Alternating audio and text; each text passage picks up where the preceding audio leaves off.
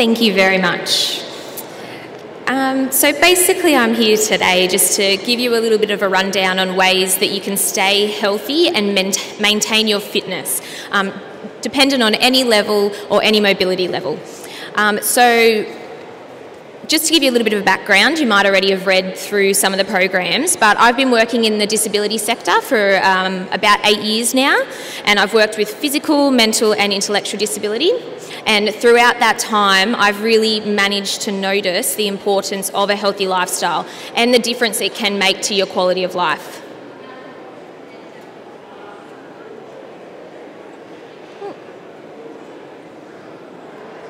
Sorry, just trying to get the... Got it. Okay, so we'll go through just first what is a healthy lifestyle.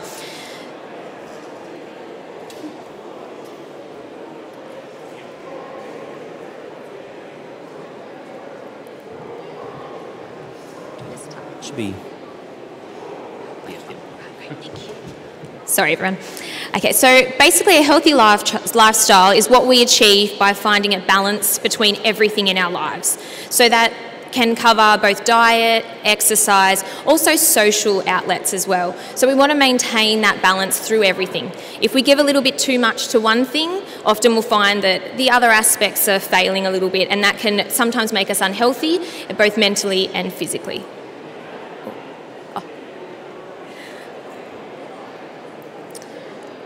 So the main things that I'm going to be talking about today is a balanced diet and also going to be talking about regular activity for the body. The mind as well is a really important aspect, and also appropriate amount of sleep.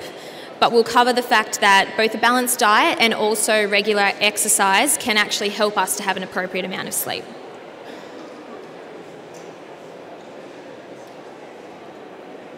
So just mention those things as well.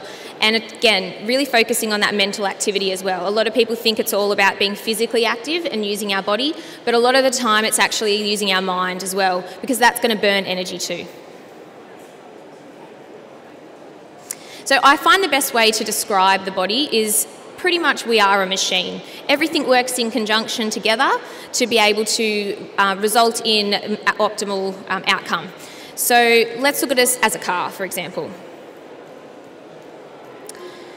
So we've got the car and we've got the body. And if we're going to compare the two, first of all with a car, you're going to fill up the car with fuel to make it run. We need to continually do this, and in order to make the body run optimally, there's obviously certain types of fuel that we've got to put into it. So we use food as our fuel, same as we use engine oil and oil. We also need to use really good engine oil and really good fuel. This is going to be what's going to help us to continue to work optimally. And this is where we look at the different foods that we eat.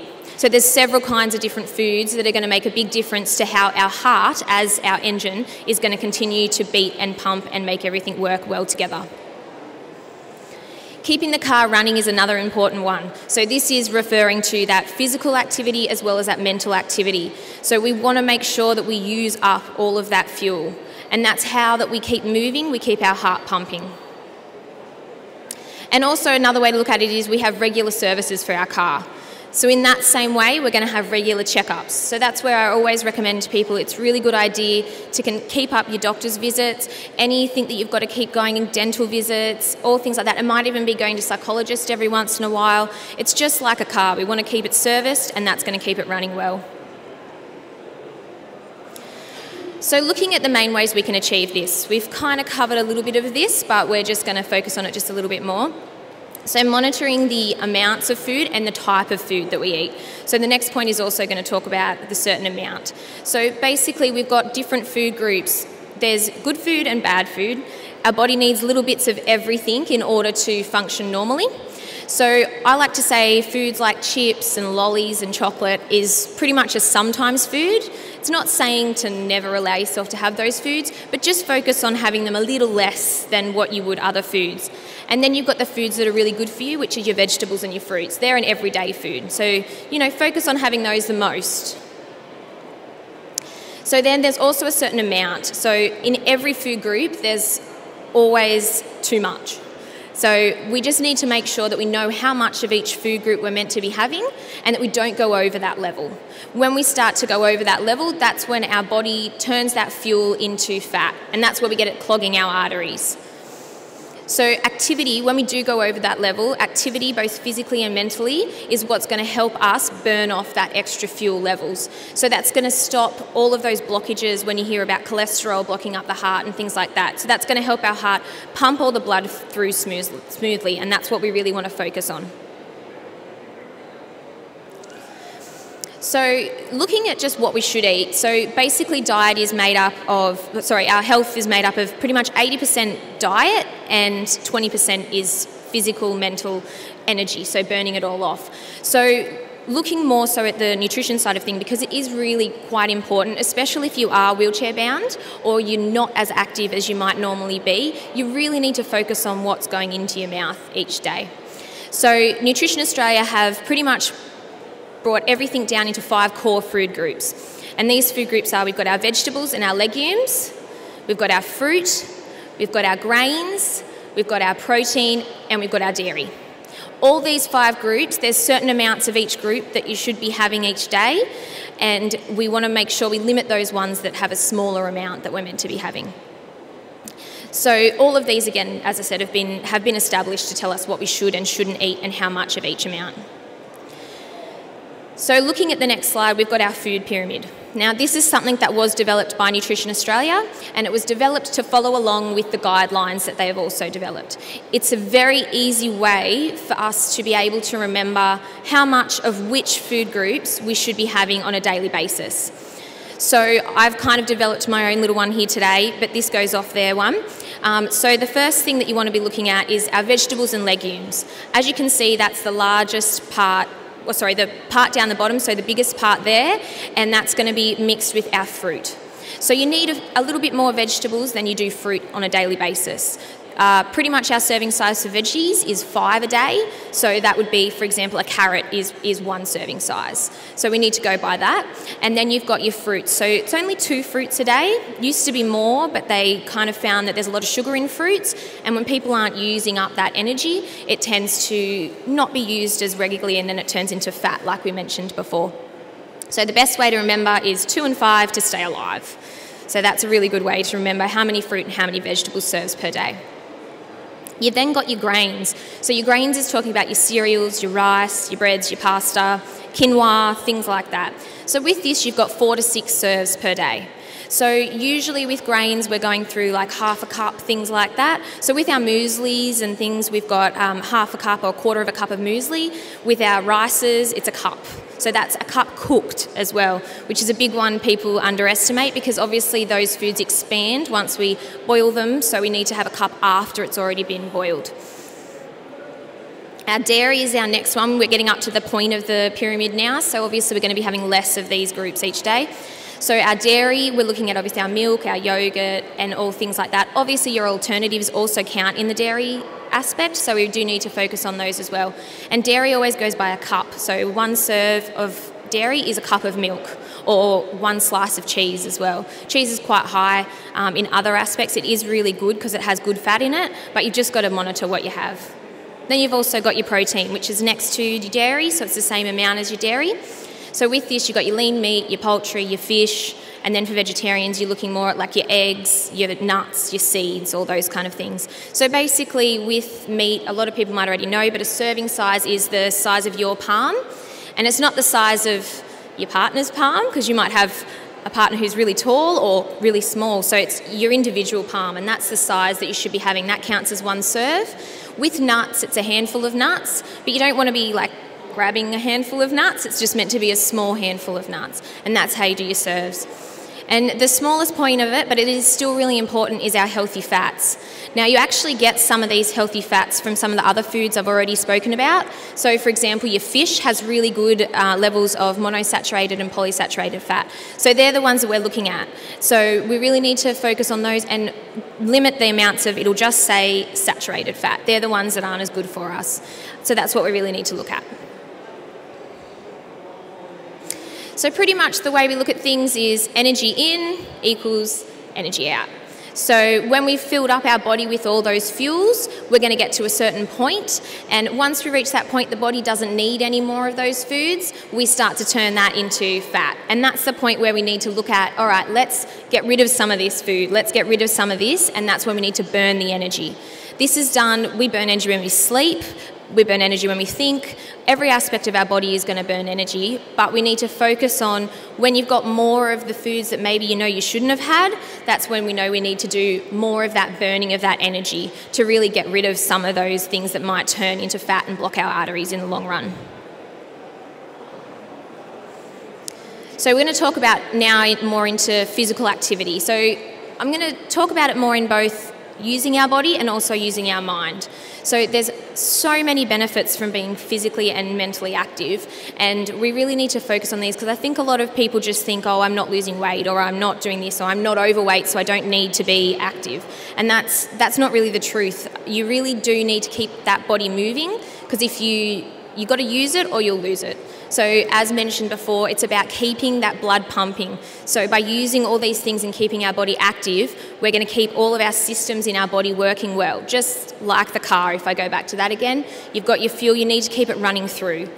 So one of the main benefits though, which I did mention, which people are really focus on when it comes to being physically active, is reduces weight gain. And so that's where we have too much food consumption and things like that, and it's used to reduce weight gain. So improve the cardiovascular fitness, which is that pumping of all the blood vessels. The more active we are, the stronger our heart is going to get, the cleaner our arteries are going to be, and the better our well-oiled machine is going to work. Increasing muscle strength is another big one. This is really important for anyone wheelchair-bound in particular. We really need to make sure all our muscles around our bones and our joints are kept nice and active. There's several ways that we can do this, which I will allude to later, but a really good way, it's just about moving in any way possible, and that includes passive movement, so it may be help from a partner or help from anybody else. If you can move it yourself, that is fantastic, but passive movement, so stretching, physiotherapy is a really big one as well, and a really good one, and even some of the, I think it's NeuroMoves over there, they've got some of those electronic machines, and that's all really important in making sure that we keep ourselves moving. It's going to increase our muscle strength and help our blood pump around our body. It's also going to improve our mobility and our flexibility. The last thing you want to do is start to get stiff and not be able to move. So it's about trying to maintain those small aspects of being active so we can prolong or stop that from happening. It reduces our blood pressure and our resting heart rate, which again comes back to that pumping of the blood around the bodies, and we want to make sure that our arteries aren't going to get blocked or clogged. One of the biggest ones I should say, is it really improves your sleep. You've got an active body, active mind, you're going to need to rejuvenate it. Sleep is so important because that's when our body repairs itself. So whether it is any type of our cells, they're all going to help to repair themselves during our sleep. So you want to try and get not just light sleep, deep sleep and a good sleep. And being physically and mentally active is really going to help you achieve that.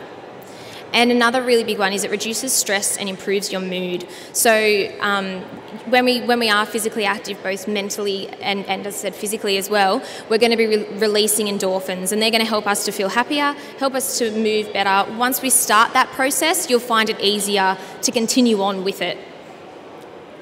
And in the long run, obviously, all of this is going to improve quality of life.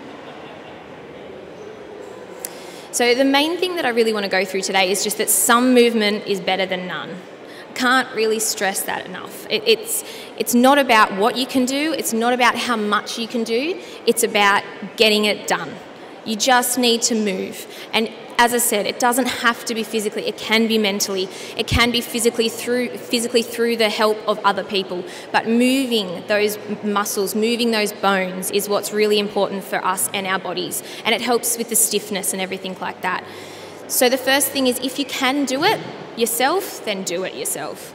It could be as easy as getting a glass down from a shelf or something like that. If you can do it yourself. I have a client who I see, and she only has dexterity in one finger. That's all she can move. But it's about using that one finger every day. She uses it for everything. And we stretch it. And I know it sounds quite out there, but we stretch it, and she really looks after what she has. And that's really important. Whatever you have, you need to look after it. And listen to your body as well, but everyone is a lot stronger than we think we are. You can push yourselves to a lot further limits than you might think. Obviously, you know your own limits, but I think that just know that you can achieve what you want to achieve. And as long as you try, that's the main thing as well. And don't let others tell you what you can and can't do. That's a really big one. I know I've noticed in this industry you get a lot of people who will be like, no, there's no point in even trying that because it's not going to work. You've seen that, then that's not going to work, you know, why even bother? And I just don't, I think you really need to focus on the fact that don't let anyone tell you that. You need to think about it yourself, and everything's worth a try. So it might be something that you don't know is going to improve anything or is going to help, but there's no harm in trying. And that's a really big one as well. I find with a lot of my clients, that is one of the biggest barriers they have, is helping other people, is having other people help them and them not allowing them to be who they want to be and achieve what they want to achieve. And again, it's those little things that count. As I said, that finger, the little tiny things that count.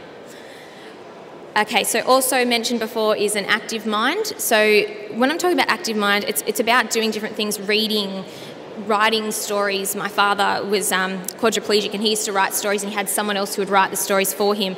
And it just kept his mind so active and made socially him happier and healthier. And I think that's a really big thing as well. It's about really doing Sudoku, maths puzzles, anything like that. It's fantastic. It's all about just keeping that mind active, and that is all going to work. People don't think it does, and it does. It's all going to help.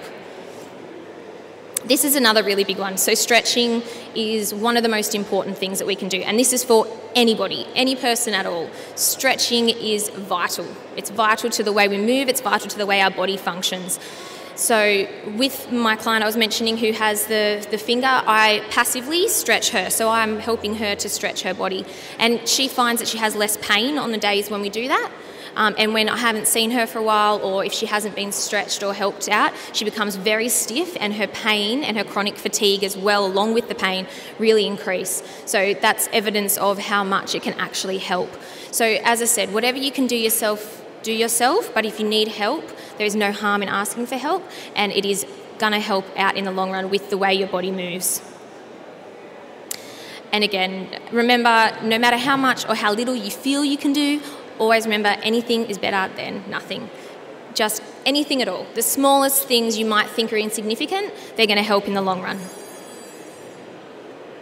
So just for more information, I've just popped up a couple of links here, which I'll give to Rebecca, I think. Yeah. Oh, and Fiona, yeah. So yeah, and then you can access the different links I've got. So I've pretty much just put up where I'm from, which is the Disability Trust, and Fitness for All is what I work with. So I'm an exercise physiologist. So we have a little bit more information on some of these things. Also, if you're looking for a form of rehabilitation or any more information about all that, you can contact us through the websites. And also, I've put on the link for Nutrition Australia. It has actually got a guide. If you go through the website, they give a really, really good amount of information on nutrition. So yeah, you can click through the website. It's very interactive, and find the different things, and it can tell you exactly what food groups are better and what types of foods you can use for different areas. So yeah, that's pretty much that. Hey, has anyone got any questions they'd like to ask? Okay, I do have a couple of online questions, yep, and you have answered one of them, but I think just for the purposes of doing this today, if you could just mention it again. Yeah, of course. So the first one is about the resources that the Disability Trust has for people with a physical disability. Are there resources available for people to download? Yeah. So there's definitely resources available for people to download. As mentioned, if you go to the Disability Trust website, that has all information in regards to that. Also, another thing is if you're looking for respite or rehabilitation, we can facilitate those kinds of things as well. So that's always something to look at as well. But again, you can follow it through all the links on the website. So. Okay, and the second question is, what are your top tips for people with a spinal cord injury to maintain healthy weight when they have limited function and mobility? Yeah. So as mentioned before, I really think one of the main things is really focusing on your diet. I know being obviously with a spinal cord injury and in a wheelchair, it can be difficult to get yourself physically moving and physically active. So it's really important to focus on eating those healthier foods. Obviously, though, there are some limited things that you can do dependent on your mobility. So I'll show you a couple really quickly now, if that's all right. So it's about, a lot of times I have a lot of my clients' upper body is perfectly mobile, and it's more the lower limbs that are immobile. So first of all, it's about getting those movements happening. So a good one which will burn off calories, which is what you're after, is air boxing. So you pretty much just back and forth in the air like that. It's about timed limits, so you want to try and go for as long as you can go for, have a little rest, and then go again. So keep doing it. 3 times is always a good way to work it. So you should always kind of do 3 times and try and increase the amount of time a little bit each time. So that way you're getting more and more and more of that burning, fat burning level. Another one is back to the Jane Fonda exercise days, the little fly arms. So those ones are really important ones as well. They're really good too. Same thing, so you want to go as long as you can, little rest, go as long as you can and try and push it just that little bit more. And that's kind of, they're 2 really good ways of doing it. Another main one as well I've got is there's TheraBands you can get. They're like a long stretchy band, and there's a lot of activities you can do with those. Usually if you go just to Rebel or anywhere that sells those things, they've usually got a booklet in them, and that'll also tell you the exercises that you can do. You can also, as I mentioned before, contact myself through Fitness for All, and I can send you through some details about what exercises you can do. And I'll just say one more quick one, is stress balls. Stress balls are really, really, really good, especially if you are in an electric chair. It's about keeping that dexterity moving of your hands and your fingers. That's going to be one of the smallest things, but one of the most important things for you. Once you lose that kind of finger movements, it's going to become harder. So stress balls are really good for that, constantly just squeezing them. And also the TheraBand's good for that because it helps with that gripping activity as well. Okay, that's been great. Thanks, Amy. If you've got any more questions that you'd like to ask directly for Amy, please don't hesitate to talk to her after the session. Thank you. You're welcome.